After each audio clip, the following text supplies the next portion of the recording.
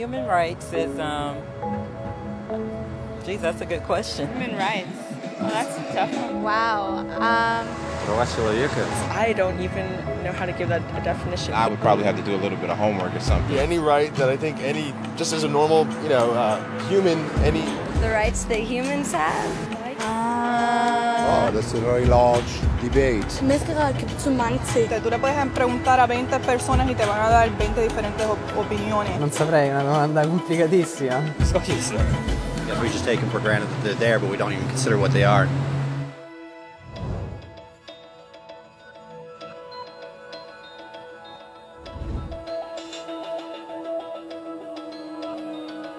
Les droits de l'homme sont les droits que vous avez du simple fait d'être humain. C'est la façon dont vous pouvez instinctivement vous attendre à être traité et les droits que vous méritez en tant que personne, tels que le droit de vivre librement, de donner votre opinion et d'être traité en tant qu'égal. Il existe toutes sortes de droits. La plupart s'appliquent à un certain groupe. Mais seuls les droits de l'homme s'appliquent absolument à tous et partout. C'est-à-dire aux enfants, personnes âgées, pauvres, basketteurs, éboueurs, rappeurs, enseignants, africains, indiens, albanais, chrétiens, musulmans, juifs, athées, votre mère, votre père et votre voisin de palier, et vous-même. Tous ont les mêmes droits. En d'autres mots, ils sont universels. Mais la question est de savoir, que sont-ils? Name the human rights? What the human rights are? The right to live. Equality between all peoples. Right to religion, the right to... Is there supposed to be a list somewhere I should be aware of? D'après les Nations Unies, on en compte 30. Ils sont le plus souvent présentés en bloc sous la dénomination « les droits de l'homme ». Ils figurent tous dans la Déclaration universelle des droits de l'homme, laquelle est le document international de référence sur le sujet. Mais cette déclaration s'est faite beaucoup attendre. À l'origine, les droits de l'homme n'existaient pas. Au sein d'un bon groupe, vous étiez en sécurité. Sans un tel groupe, vous ne l'étiez pas. Mais c'est alors qu'un gars du nom de Cyrus le Grand innova. Après avoir conquis la ville de Babylone, il déclara quelque chose de totalement révolutionnaire, que tous les esclaves étaient libres de rentrer chez eux. Il a aussi annoncé que les gens pouvaient être libres de choisir leur propre religion, quel que soit le milieu d'où ils venaient. Ces paroles furent enregistrées sur des tablettes en argile, connues sous le nom de cylindre de Cyrus. C'est ainsi que naquirent les droits de l'homme. L'idée s'est vite propagée, en Grèce, en Inde et finalement à Rome. Ils avaient remarqué que les gens suivaient instinctivement certaines lois. Ils les ont appelées les lois naturelles. Cependant, elles n'étaient pas toujours respectées par ceux qui étaient au pouvoir. Ce n'est que 1000 ans plus tard, en Angleterre, qu'ils ont finalement amené le roi à accepter que ces droits ne pouvaient pas être supprimés, pas même par un roi. Les droits des gens finirent par être reconnus et respectés par ceux qui étaient au pouvoir. En fait, c'est beaucoup dire. Des Anglais au caractère plutôt radical ont dû déclarer leur indépendance avant que le roi comprenne pour de bon que tous les hommes étaient nés égaux. Non pas qu'il aimait l'idée, mais il ne pouvait pas les arrêter, et ainsi naquit l'Amérique. Les Français leur ont emboîté le pas avec leur propre révolution, leurs propres droits. La liste était plus longue, et ils insistèrent sur le fait que ces droits n'étaient pas juste une invention, mais qu'ils étaient naturels. Le concept romain de loi naturelle était devenu les droits naturels. Malheureusement, tout le monde n'était pas si enthousiaste.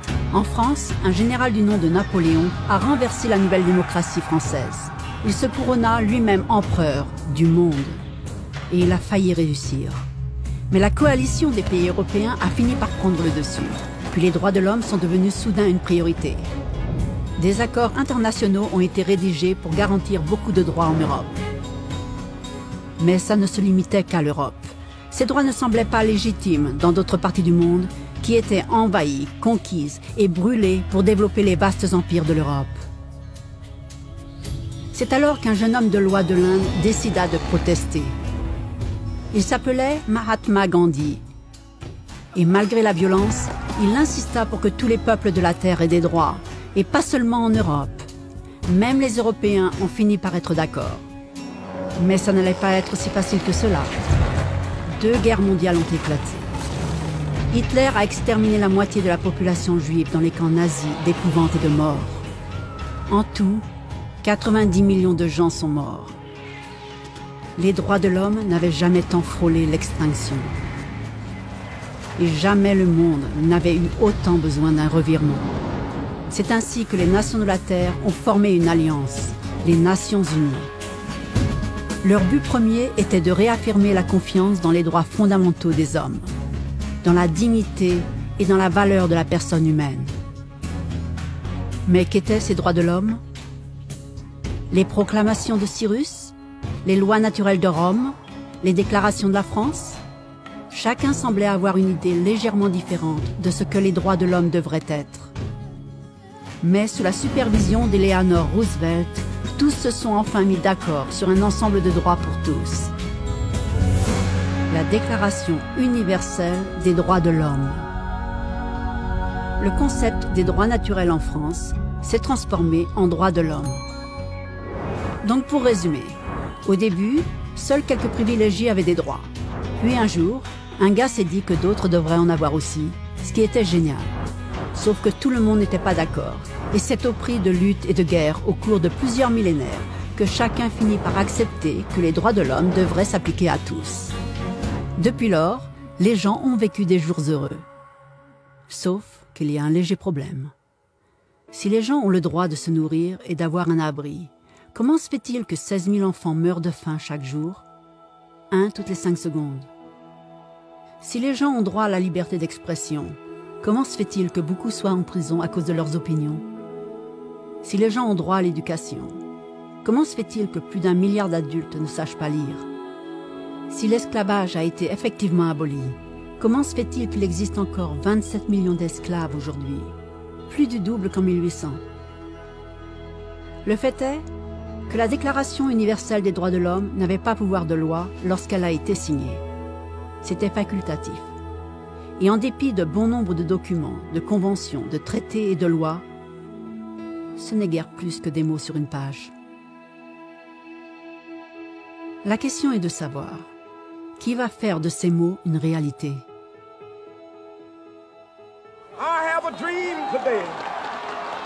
Quand Martin Luther King protestait pour l'égalité des races, il le faisait pour des droits garantis par les Nations Unies depuis 2 décennies. Et pourtant, il a dû protester. Quand Nelson Mandela défendait la justice sociale dans les années 90, son pays avait déjà accepté 40 ans plus tôt d'abolir la discrimination raciale. Et pourtant, il a dû combattre. Ceux qui luttent de nos jours contre la torture, la pauvreté, la discrimination, ne sont pas des géants ou des super-héros. Ce sont des gens, enfants, mères, pères, enseignants, des individus libres de penser qui refusent de se taire, qui se rendent compte que les droits de l'homme ne sont pas une leçon d'histoire, ni des mots sur une page, ni des discours, ni des campagnes publicitaires ou commerciales. Ils sont les choix que vous faites chaque jour en tant qu'être humain. Ils sont la part de responsabilité que nous partageons tous, se respecter mutuellement, s'entraider et protéger ceux qui sont dans le besoin. Comme Eleanor Roosevelt l'a dit, où est-ce que les droits universels de l'homme commencent? Dans des endroits tout près de chez vous. Si près et si petits qu'on ne peut même pas les voir sur une carte. Et pourtant, ces endroits représentent le monde d'un individu, le quartier dans lequel il vit, son école ou son université, l'usine, la ferme ou le bureau. Ce sont des endroits où chaque homme, femme ou enfant aspire à une justice équitable, des chances équitables, une dignité équitable sans discrimination. C'est dans la mesure où ces droits seront vrais, près de chez soi, qu'ils pourront l'être partout ailleurs.